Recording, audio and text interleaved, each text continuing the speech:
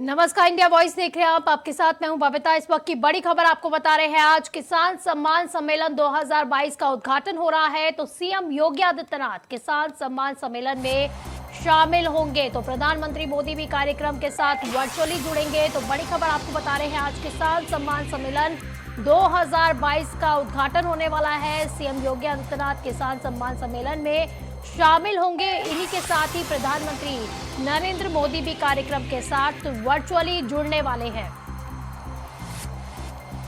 तो काफी बड़ा ये सम्मेलन बताया जा रहा है। तो किसान सम्मान सम्मेलन है 2022 का उद्घाटन आज हो जाएगा। तो सीएम योगी किसान सम्मान सम्मेलन में शामिल होने वाले हैं। तो प्रधानमंत्री नरेंद्र मोदी भी इस कार्यक्रम के साथ वर्चुअली जुड़ेंगे।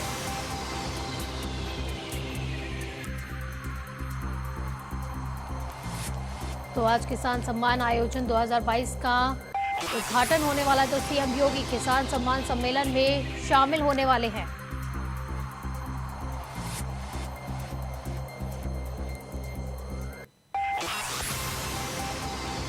तो इसी पर ज्यादा जानकारी के लिए हमारे साथ हमारे संवाददाता अखंड प्रताप शाही जुड़ गए हैं। तो अखंड, आज किसान सम्मान सम्मेलन है, उसका उद्घाटन होने वाला है, क्या कुछ तैयारियां देखी जा रही हैं? देखिए, ये कार्यक्रम चूंकि दिल्ली में होना है, तो इसके लिए मुख्यमंत्री को वर्चुअल माध्यम से इस कार्यक्रम में जुड़ना होगा। और इसके पहले भी जो कार्यक्रम होते रहे हैं, तमाम कार्यक्रम हुए हैं किसान सम्मान निधि के, और इसके तहत जो अब तक ये 12वीं किस्त होगी जो प्रधानमंत्री जारी करेंगे। 16,000 करोड़ रुपए का हस्तांतरण डीबीटी के माध्यम से सीधे किसानों के खाते में होना है इस बार। तो उसकी तैयारी दिल्ली में पूरी तरीके से कर ली गई है, और मुख्यमंत्री सहित तमाम जो मुख्यमंत्री हैं वो वर्चुअल माध्यम से इस पूरे कार्यक्रम में शरीक होंगे। तो से मुख्यमंत्री आज वर्चुअली जुड़ेंगे, क्योंकि पीएम नरेंद्र मोदी के बारे में बताया जा रहा है वो भी आज वर्चुअली जुड़ने वाले हैं। देखिए, ये कार्यक्रम चूंकि दिल्ली में होना है, तो जाहिर सी बात है ये कार्यक्रम, उसमें प्रधानमंत्री इसकी जो पूरी तैयारी है वो पहले से कृषि विभाग ने कर रखी है। और ये जो मेला ग्राउंड है ARI पूसा नई दिल्ली का, वहां पे इसको होना है। इस कार्यक्रम को आयोजित किया जा रहा है। इसमें प्रधानमंत्री डीबीटी के माध्यम से जो है वो बटन दबा के इसका उद्घाटन करेंगे, और सीधे इस कार्यक्रम में वो शरीक होंगे। तो मुख्य प्रधानमंत्री के इस कार्यक्रम में शरीक होने के लिए पहले से ही मुख्यमंत्री योगी आदित्यनाथ इस कार्यक्रम से जुड़े रहेंगे। तो अखंड, कितनी देर में ये कार्यक्रम शुरू हो जाएगा? कितनी देर में इसकी शुरुआत हो जाएगी? देखिए, 11 बजे समय निर्धारित है इसका, और ये जाहिर सी बात है कि कुछ समय और भी लग सकता है, क्योंकि प्रधानमंत्री के कार्यक्रम में समय कई बार थोड़ा सा आगे पीछे हो भी जाता है। लेकिन ये कार्यक्रम जो पहले से निर्धारित है वो सुबह 11 बजे का है, और मेला ग्राउंड IARI पूसा का जो मेला ग्राउंड है वहां पे इस कार्यक्रम को आयोजित। जी अखंड, कहा जा रहा है सम्मान निधि किस्त भी आज जारी हो जाएगी। 12 करोड़ किसानों के खाते में किसान सम्मान निधि योजना की 12वीं किस्त जानी है आज। बिल्कुल, 12, ये पहले ही हमने जब हमने अभी बताया थोड़ी देर पहले कि 12वीं किस्त है। किसानों को जो 16,000 करोड़ रुपए का इसमें हस्तांतरण किया जाएगा। इसमें तो अखंड, कितनी संख्या में किसान इससे जुड़ने वाले हैं इस कार्यक्रम से?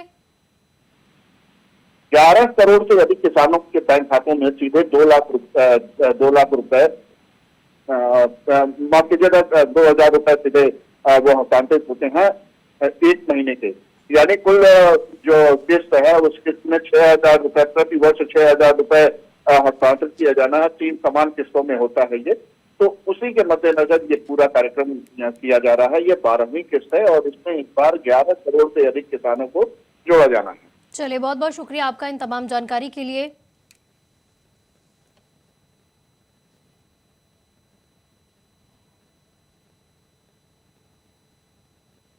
तो वही हरिद्वार से आपको इस वक्त की बड़ी खबर बता रहे हैं। आज स्वर्गीय मुलायम सिंह यादव की अस्थियां विसर्जित की जाएंगी। तो आज स्वर्गीय श्री मुलायम सिंह यादव की अस्थियां विसर्जित होगी। तो विसर्जित अस्थि कलश लेकर गंगा घाट पहुंचेंगे अखिलेश यादव।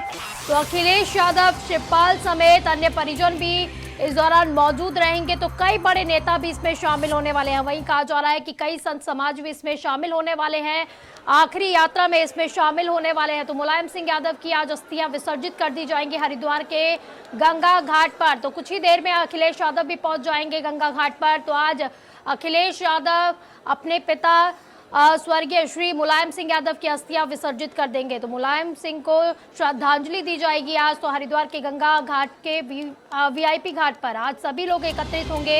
तो अस्थियां अखिलेश यादव परिजनों के साथ विसर्जित करने वाले हैं।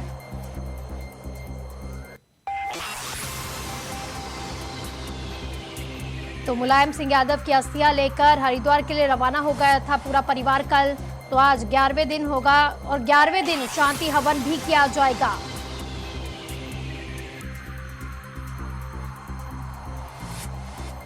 तो पूर्व मुख्यमंत्री मुलायम सिंह यादव का सोमवार को 10 अक्टूबर को लंबे बीमारी के बाद निधन हो गया था। तो आज नेताजी के धार्मिक अनुष्ठान के लिए पंडित जी राधा गोपाल वृंदावन से सैफई आए हैं। तो वहीं आज अस्थियां भी विसर्जित कर दी जाएंगी। तो अस्थियां हरिद्वार के लिए रवाना हो गई थी कल। तो पूरा परिवार, मुलायम सिंह यादव का पूरा परिवार इस दौरान मौजूद रहेगा। शिवपाल सिंह यादव भी इस दौरान मौजूद रहेंगे। तो कई बड़े नेता भी इसमें शामिल होंगे। तो वहीं बताया जा रहा है कि कई संत समाज भी इसमें शामिल होने वाला है। तो यानी आज गंगा नदी में उनकी अस्थियां प्रवाहित कर दी जाएंगी। तो वहीं मुलायम सिंह यादव की आत्मा की शांति के लिए उनके निवास पर भी गरुड़ कथा की गई थी। तो इसी पर ज्यादा जानकारी के लिए हमारे साथ हमारे संवाददाता विकास चौहान जुड़ गए हैं। तो विकास, आज जो है मुलायम सिंह यादव की अस्थियां विसर्जित कर दी जाएंगी।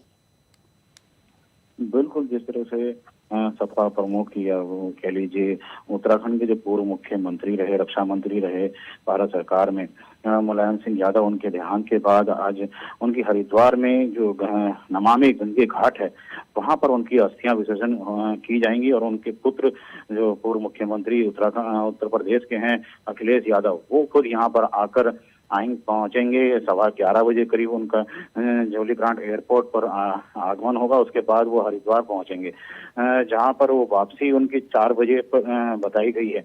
तो कह सकते हैं काफी लंबा यहाँ पर प्रोग्राम घाट पर दिखाया गया है, जिसमें उनका अस्थि विसर्जन पूरे विधि विधान से किया जाएगा। हालांकि उनकी जो सिक्योरिटी है अखिलेश यादव की, वो 2 दिन पूर्व हरिद्वार पहुंच चुकी है। तो कह सकते हैं कि पूरी उनकी तैयारियां यहाँ पर कर ली गई हैं। हालांकि 2 दिन तो यही तय किया जा रहा था कि हर की पैड़ी पर या वीआईपी घाट पर उनका जो अस्थि विसर्जन है वो कार्यक्रम किया जाएगा। लेकिन नए घाट अभी हाल ही में जिस तरह से नया घाट बना है नमामि गंगे घाट, वहां पर उनकी अस्थि विसर्जन यहाँ पर किया जाएगा। तो विकास, कितनी देर में विसर्जित कर दी जाएंगी अस्थियां? देखिए, जिस तरह से जौली ग्रांट एयरपोर्ट देहरादून यहाँ पर पहुंचने का उनका 11:15 बजे का कार्यक्रम है, उसके बाद वो हरिद्वार पहुंचेगी करीब 1 घंटे के बाद। तो लगभग इस तरह के कार्यक्रम के अनुसार 1 बजे तक का कार्यक्रम है जब अस्थियां यहाँ पर विसर्जन की जाएंगी। जी, और क्या पूरा परिवार जो है अखिलेश यादव, क्योंकि मुलायम सिंह यादव का पूरा परिवार हरिद्वार कल पहुंच गया था, तो कौन कौन लोग उनके साथ शामिल हो रहे हैं?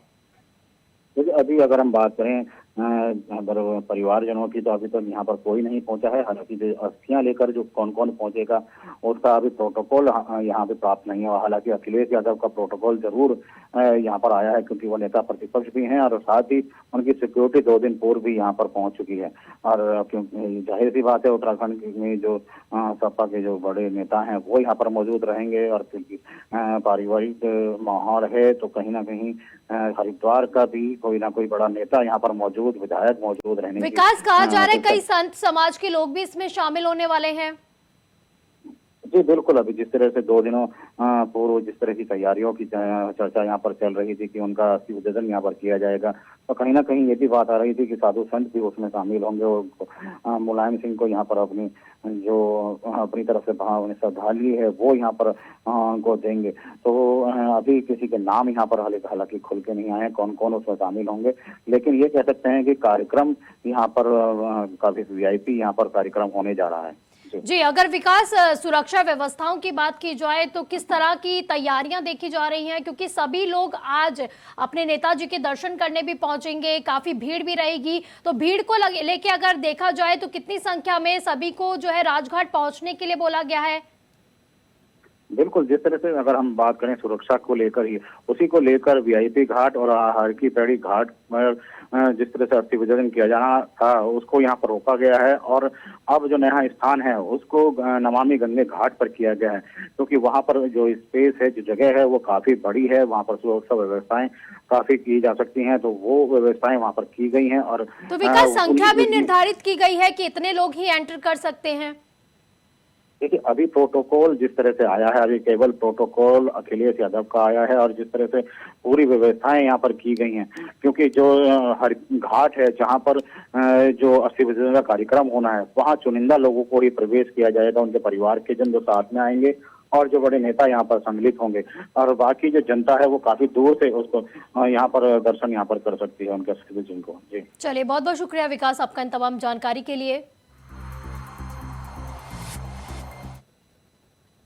वहीं लखनऊ से आपको बड़ी खबर बता रहे हैं, आज 7 दिवसीय माटी कला मेले का उद्घाटन किया जा रहा है। तो आज 7 दिवसीय माटी कला मेले का उद्घाटन किया जाएगा, तो मंत्री राकेश सचान इस मेले का उद्घाटन करने वाले हैं। तो डाली बाग स्थित खादी भवन में ये कार्यक्रम रखा गया है। तो 17 से 23 तक ये माटी कला का मेला चलने वाला है। तो मंत्री राकेश सचान इस मेले का उद्घाटन करने के लिए पहुंच रहे हैं। तो लखनऊ से इस वक्त की बड़ी खबर बता रहे हैं, तो आज से 7 दिवसीय माटी कला मेला शुरू हो जाएगा। तो आज उसका उद्घाटन किया जाएगा, तो मंत्री राकेश सचान इसका उद्घाटन करेंगे। तो वहीं डाली बाग स्थित खादी भवन में इसका पूरे कार्यक्रम को रखा गया है। वहीं अगर तारीखों की बात की जाए तो 17 से लेकर 23 तक ये माटी कला का मेला चलने वाला है। तो आज माटी कला की शुरुआत हो जाएगी मेले की। तो 7 दिवसीय ये मेला होगा। तो राकेश सचान भी पहुंच रहे हैं इस मेले का उद्घाटन करने के लिए। तो आज उद्घाटन किया जाएगा। तो 17 से 23 तारीख तक ये माटी कला का मेला चलने वाला है। तो लखनऊ से आपको इस वक्त की बड़ी खबर बता रहे हैं, आज से 7 दिवसीय माटी कला का मेला शुरू हो जाएगा। तो आज उसका उद्घाटन किया जाएगा। तो मंत्री राकेश सचान इस मेले का उद्घाटन करेंगे।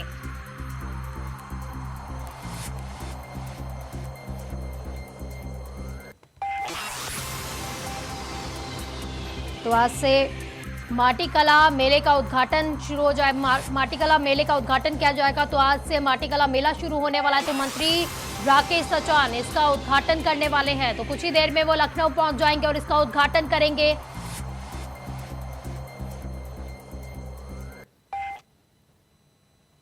वहीं लखनऊ से आपको दूसरी बड़ी खबर बता रहे हैं, डेंगू प्रभावित जिलों में विशेष अभियान शुरू कर दिया है। तो डेंगू प्रभावित जितने भी जिले हैं उनमें विशेष अभियान की शुरुआत कर दी गई है। तो पहले चरण के विशेष अभियान में 10 जिले शामिल किए गए हैं। तो वहीं आपको 10 जिलों के बारे में बता दें कौन कौन से वो जिले हैं। प्रयागराज, लखनऊ, गाजियाबाद, जौनपुर, वाराणसी, अलीगढ़, फिरोजाबाद, अयोध्या, बदायूं, इन सभी जिलों में आज अभियान की शुरुआत कर दी जाएगी। तो मेरठ में भी आज से अभियान की शुरुआत होने जा रही है। तो मेरठ में भी शुरू कर दिया गया है अभियान। तो डेंगू से लड़ने के लिए अब स्वास्थ्य विभाग भी पूरी तरह से सचेत हो गया है, कमर कस ली गई है। तो लखनऊ से आपको बड़ी खबर बता रहे हैं, डेंगू प्रभावित जिलों में विशेष अभियान की शुरुआत हो गई है। तो पहले चरण के विशेष अभियान में 10 जिलों को शामिल किया गया है। तो कौन कौन से वो जिले हैं वो हम आपको बता रहे हैं। प्रयागराज, लखनऊ, गाजियाबाद, जौनपुर, वाराणसी, अलीगढ़, फिरोजाबाद, अयोध्या और बदायूं में इस अभियान की शुरुआत कर दी गई है। तो इसी पर ज्यादा जानकारी के लिए हमारे साथ हमारे संवाददाता प्रियम पाठक जुड़ गए हैं। प्रियम, डेंगू लगातार बढ़ता जा रहा है, काफी बड़ी चुनौती स्वास्थ्य विभाग के सामने रखी हुई है। बिल्कुल, देखिए डेंगू के लगातार मामलों में इजाफा देखने को मिल रहा है और इसी के चलते अब अस्पतालों में जो है वो अलर्ट जारी किया गया है। सरकारी अस्पताल और सामुदायिक जो स्वास्थ्य केंद्र है वहां पर जो है जो फीवर टेस्ट है उसकी शुरुआत करने की बात कही गई। बुखार के मरीजों को जरूरी सलाह और दवाई दे जाने की जो है निर्देश जारी किए गए हैं। मरीजों की जांच भी कराई जाएगी। सरकारी अस्पताल और सीएचसी में 200 बेड जो हैं उनको रिजर्व किया गया है, आरक्षित रखा गया है कि अगर जहां पर भी ऐसे केसेस आए तो वहां पर मरीजों को अगर एडमिट करने की आवश्यकता पड़े तो उनको किया जा सके। बुखार आने पर लोग खुद दवाएं ना लें बल्कि नजदीकी अस्पताल में जाकर जो है वो जांच कराएं। 500 से अधिक जो है वो डेंगू के मरीज अब तक राजधानी लखनऊ में मिल चुके हैं। तो इसको लेकर कह सकते हैं लगातार जो है प्रयास जारी है और डेंगू प्रभावित जिलों में एक विशेष अभियान की भी शुरुआत की गई जी है। बिल्कुल प्रियम, विशेष अभियान की बात चल रही है, तो क्या कुछ कार्य इस विशेष अभियान में रहने वाले हैं, क्या कुछ कार्य किए जाएंगे? देखिए, जो विशेष अभियान चलेगा इसके जरिए घर घर फॉगिंग की जो है फॉगिंग कराई जाएगी, साफ सफाई, डेंगू से बचाव की क्या कुछ उपाय है, क्या कुछ कारण है और क्या लक्षण, इसको लेकर लोगों को जागरूक करना। तो ये अभियान की शुरुआत होगी जिसमें हर घर घर जाकर जो है वो फॉगिंग की व्यवस्था जो है वो कराई जाएगी। फिलहाल अभी 10 जनपद जो है वो इसमें शामिल किए गए हैं, जिसमें प्रयागराज है, लखनऊ है, गाजियाबाद है, जौनपुर, वाराणसी, अलीगढ़, फिरोजाबाद, अयोध्या, बदायूं, मेरठ में इस अभियान की शुरुआत की जा रही है। जी प्रियम, क्योंकि अभियान की शुरुआत हो गई है और 10 जिलों से इसकी शुरुआत कर दी गई है, तो क्या कहा जाए, ये जो 10 जिले हैं ये यहाँ पर डेंगू के मरीज ज्यादा मिल रहे थे इसलिए इनसे ज्यादा शुरुआत की गई है? बिल्कुल, देखिए ये वो जिले हैं जहां पर सबसे ज्यादा डेंगू ने प्रभावित किया है और मरीजों की जो संख्या है वो 100 से अधिक है इन सभी जिलों में। तो ऐसे में इसको ध्यान में रखते हुए ही इन जिलों में इस अभियान की शुरुआत जो है वो करवाई जा रही है। अगर प्रियम आपसे पूछा जाए कि सबसे ज्यादा किस जिले में जो है डेंगू के मरीज पाए जा रहे हैं और वहां को लेकर क्या कुछ व्यवस्थाएं चल रही है, तो इसको लेकर क्या कुछ जानकारी है आपके पास?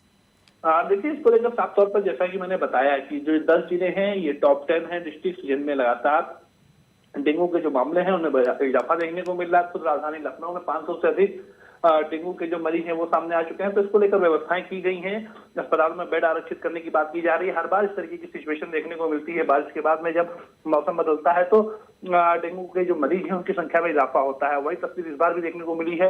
हालांकि अब अभियान शुरुआत करने की बात कहेगी तो देखना होगा इस अभियान का कितना असर पड़ता है, क्योंकि प्रियम बाढ़ ग्रस्त इलाके भी है जहां पर पानी लगातार बढ़ता जा रहा है, जल भराव की समस्याएं भी चल रही है, तो कितना बड़ा चुनौतीपूर्ण है ये वाली समस्या स्वास्थ्य विभाग के सामने?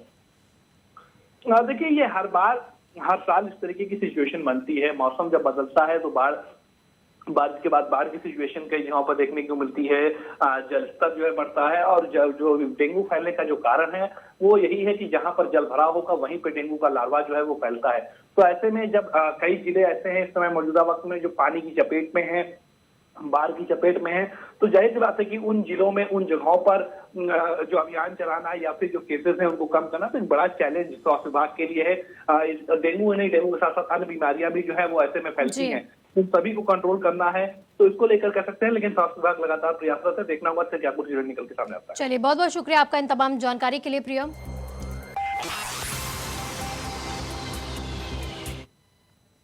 तो वहीं बीजेपी के पसमानदा सम्मेलन पर शफीकुर रहमान बर्क ने बड़ा बयान दे दिया है। उन्होंने कहा है कि बिका हुआ और डरा हुआ मुसलमान सम्मेलन में जाएगा लेकिन बीजेपी को वोट नहीं देगा। 2024 का लोकसभा नजदीक है, तो लोकसभा का चुनाव नजदीक है 2024 का, और ऐसे में बीजेपी सम्मेलन कर मुसलमानों का वोट हासिल करना चाहती है, मगर ऐसा होगा नहीं।